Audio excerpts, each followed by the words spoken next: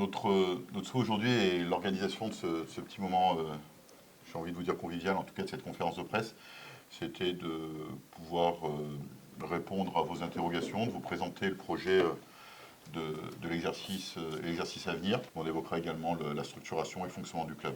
Donc sur la partie organigramme qu'on a souhaité présenter, donc vous l'avez à l'écran, on affirme fort notre volonté d'avoir une organisation qui soit dont l'organisation sportive repose sur Edo Terglav, qui va piloter toute la partie sportive, mais qui va du U18, puisqu'on héberge quelques joueurs U18, en tout cas les meilleurs de l'association qui vont être amenés à évoluer avec nous, et dont vous en parlera un petit peu après, jusqu'aux pros, qui englobe, quand on parle des pros, on va englober toute la partie sportive, j'insiste, donc la constitution d'équipe, les coachs, etc. Pas toute la partie administrative, qui elle est pilotée par Jérôme Pérez. Oui, le choix du coach, pour moi puis Jérôme, c'est important que dès le début, on a pris du temps. Il y a beaucoup de gens qui ont posé des questions, à quel moment que ça arrivait, parce il y a beaucoup de cases à remplir pour un coach qu'on souhaitait, parce que c'est important d'intégrer, d'amener le coach en chef aussi qui est prêt à s'investir aussi dans le développement des jeunes joueurs au quotidien. Et pour moi, c'était super important qu'on amène un gars qui peut aider sur le développement de ces jeunes, parce qu'il a vécu en très haut niveau en Finlande. C'est quelqu'un qui fitait bien avec ce que nous on demandait. Puis chose à côté, c'est l'exigence de travail. Hein. Il vient d'un pays, un des plus grands pays du hockey. L'exigence de travail pour lui, c'est pas quelque chose de nouveau. Puis moi, c'est important que chaque jour qui convient, qu'on a quelqu'un qui va pousser, pas juste les joueurs, mais tout le staff, tout le monde vers en haut, avec le travail qu'il fait, puis avec l'expérience qu'il a derrière lui. Mais ça a été un bon cheminement, parce qu'il y a eu beaucoup d'entretiens avec le coach, aussi bien avec Jérôme sur la partie administrative, positionnement, valeur du club, éthique. Pour moi, c'était très important que Edo ait cette double posture qui est atypique, c'est-à-dire qu'on va le retrouver comme chef du sportif, entre guillemets, et comme assistant de l'head coach. Oui, l'équipe était construite quand on l'a amené. Donc lui, il vient coacher une équipe avec la façon que lui... Est-ce que c'est les Français, est-ce que c'est Canadien? Pour lui, c'est pas important. Ouais. Donc ça aussi, c'était important pour nous, parce qu'il ne voulait pas embarquer dans une... Il sait la situation en France. Il n'est jamais sorti en Finlande. En Finlande, on voit le staff sportif sont 4-5 sur banc.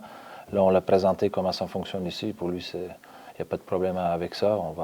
Il va s'adapter aussi à comment on travaille ici. Mais pour lui, c'est un challenge, parce qu'il veut devenir... Il était quelques années maintenant assistant coach, puis il veut avoir une chance d'être head coach. Donc pour lui, c'est un challenge de venir dans une organisation comme nous, puis essayer de tenter continuer à faire sa carrière comme head coach. Si vous regardez aujourd'hui, le défaut des jeunes joueurs français, c'est parce qu'ils ne parlent pas anglais. Puis on a beaucoup de jeunes joueurs qui veulent aller au plus haut niveau, à l'extérieur. Donc la langue du hockey aujourd'hui, c'est anglais. Puis moi, c'est important eux aussi qu'ils ne sont pas dans un confort. Dans un confort, c'est oui, il y a toujours la langue. J'aimerais bien Juha, il parle anglais, il ne parle pas français. Après, ça va être sa volonté d'apprendre français. On va discuter avec lui, mais c'est sûr que s'il veut bien faire, il faut qu'il parle dans une langue où il est à l'aise. Puis je veux aussi que les jeunes joueurs, aujourd'hui, on en parle beaucoup depuis des années, qui forcent d'apprendre anglais pour leur avenir aussi. Donc voilà, donc il faut rester à notre place, et je pense que cette étape avec ce coach-là, c'est la bonne décision. Bon, l'avenir nous le dira, mais en tout cas, je pense qu'il est à l'échelle de notre club. Et il a accepté la règle qui était de dire je travaille avec les équipes en place et j'accepte de véhiculer les valeurs en place. Rapidement sur le transfert, je pense que vous avez déjà tout vu. Oui, il y a eu beaucoup de départs, 11, un peu plus comme d'habitude. C'est sûr qu'il y a sur 11, il y en a 5 qui ont pris leur retraite. Donc, pour nous, c'est important de trouver un équilibre. Oui, on est à Grenoble, on va avoir le meilleur joueur possible, mais des fois, c'est quoi le meilleur joueur? Pour moi, c'est important, c'est un joueur qui performe, mais la performance, c'est pas juste les buts et les passes, c'est aussi qui joue le rôle qu'on lui demande, qui respecte son rôle. que les gars qui arrivent physiquement, qui sont prêts au début de l'année de tenir toute la saison. Mentalement aussi, hein, on voit beaucoup les hauts et les bas. Puis des fois, quand ça va bien, c'est bien. Quand ça va moins bien, mais donc tous ces aspects-là qu'on a négociés avec les joueurs, il nous manquait. Oui, il y avait on peut trouver beaucoup d'excuses, mais je ne veux pas aller sur ça, mais il nous manquait un peu le joueur qui peut jouer certains rôles à certains moments on n'avait pas. Puis aussi la profondeur offensive, on a misé sur 2-3 joueurs à la fin pour produire offensivement. Donc c'est important aussi côté offensif qu'on se renforce avec les joueurs qui peut aussi qu'on peut avoir une profondeur en attaque. Donc c'est sur un gars comme Alexandre Grenier, on a vu le profil qui arrive chez nous, un droitier, un grand gabarit, il peut jouer au centre, qu'on peut jouer à l'aile aussi. On voit sa carrière, c'est vraiment, ça amène une autre dimension dans notre équipe. Théo Sarliev, c'est un jeune prospect français, un droitier aussi. C'est important aussi qu'on a les joueurs qui peuvent jouer, qui ont le cross droite. On a vu en playoff contre nous, c'est là que j'ai vraiment aimé la façon qu'il a joué. C'est pas juste un marqueur, c'est aussi un joueur qui a beaucoup d'énergie. Puis pour lui c'est important d'avoir avec nous. Puis après, les autres attaquants, on parle beaucoup des joueurs de rôle. Hein. Un exemple, Yannis Vandenberg, un centre droitier. On cherchait un centre qui peut jouer dans avantage numérique, un désavantage numérique. C'est un joueur qui était depuis 2 ans à Amiens, un des meilleurs centres du championnat physique. On voit aussi que c'est un joueur qui est 1,90 m. Ça aussi, c'est le côté physicalité, c'est important pour nous. Dimitri, Paul, c'est les 2 joueurs. Quand on parle de rôle, quand on a parlé de 4e ligne, jouer plus un rôle défensif, c'est dans ce rôle-là qu'ils se voient aussi. Spécialement Paul, c'est un joueur qu'on connaît bien, il vient de centre de formation. Aujourd'hui, il a compris c'est quoi ses forces. Il est content de revenir à la maison parce que c'est quelqu'un qui connaît bien l'environnement. Si on commence avec Cody Donaghy, encore un droitier, c'était important qu'on retrouve un défenseur droitier. Qu'est-ce que j'aime avec Cody? On a vu aussi en playoff. On l'a déjà joué contre lui quand il était Cardiff, quand on a joué au Coupe continentale. Un gros shoot, il est capable de jouer sur power play. Cody, voilà, c'était son premier choix pour cette saison de venir à Grenoble. Alors, je ne sais pas si c'est toi qui l'as eu, si Jérôme, mais en tout cas, c'est ce qu'il avait exprimé. Et nous, c'est une force aussi quand le joueur a envie de venir à Grenoble. Ça dénote sa volonté de s'intégrer à l'équipe et ce qu'on a véhiculé pendant toute l'année, c'était bien. David, défenseur canadien, québécois, passé l'année passée à Nottingham. Beaucoup de joueurs ils parlent de son shoot. Oui, un beau shoot de la ligne bleue, mais c'est plus pour nous, c'est important.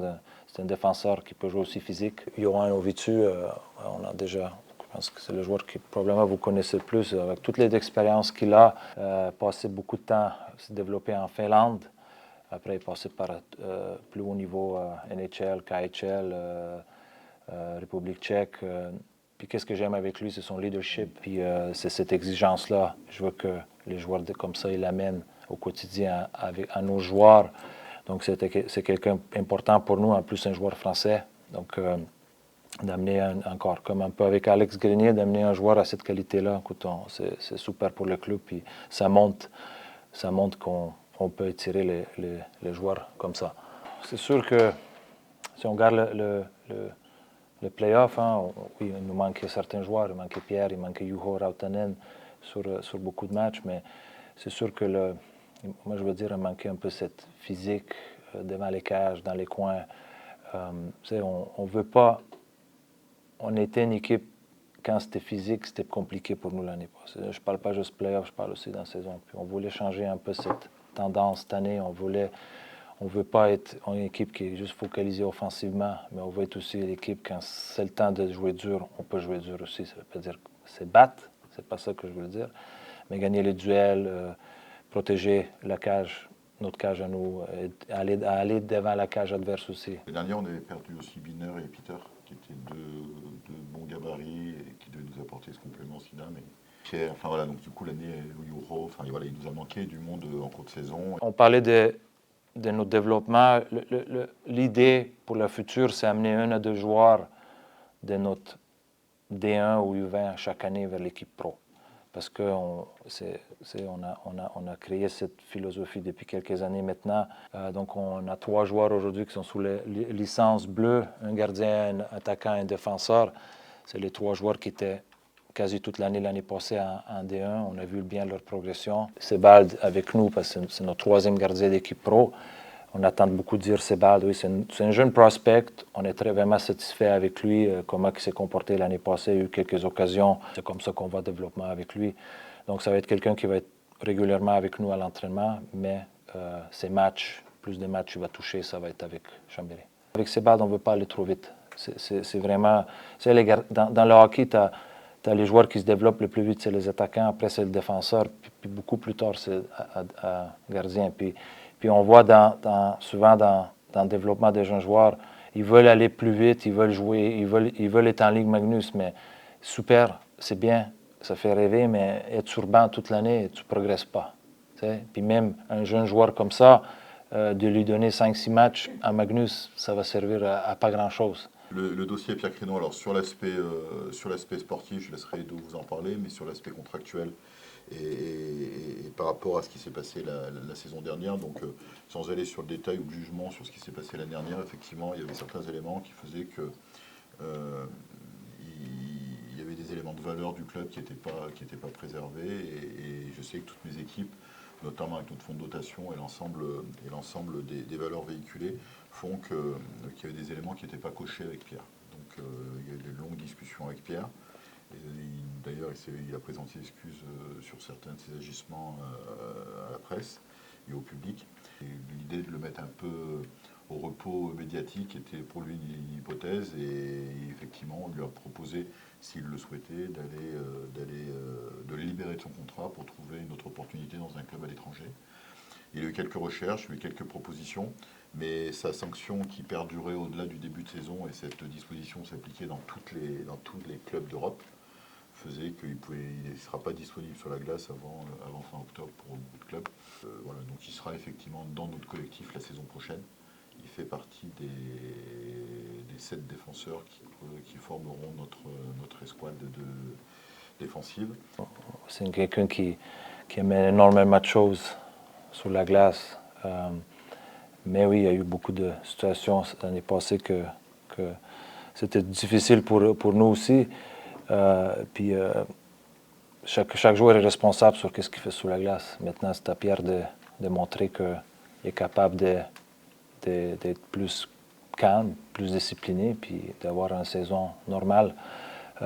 C'est sûr, quand il va revenir, tout le monde va surveiller encore. Il va vraiment, les arbitres, tout le monde. Donc maintenant, c'est à lui de travailler sur certains moments où il y a beaucoup de tension, puis de garder cette calme, puis rester discipliné, c'est tout. Ouais, environ, cette année, on a 6 matchs de pré-saison. On essaie d'avoir un ou deux de plus, mais on ne voulait pas faire trop. On voulait donner vraiment le temps, que ce soit aux nouveaux joueurs. On a beaucoup de nouveaux joueurs, puis un nouveau entraîneur qui arrive, de vraiment donner le temps qu'un entraînement, que ce soit un peu plus long, qu'on ait beaucoup d'entraînement, qu'on vraiment travaille sur cohésion de groupe, sur le principe de jeu.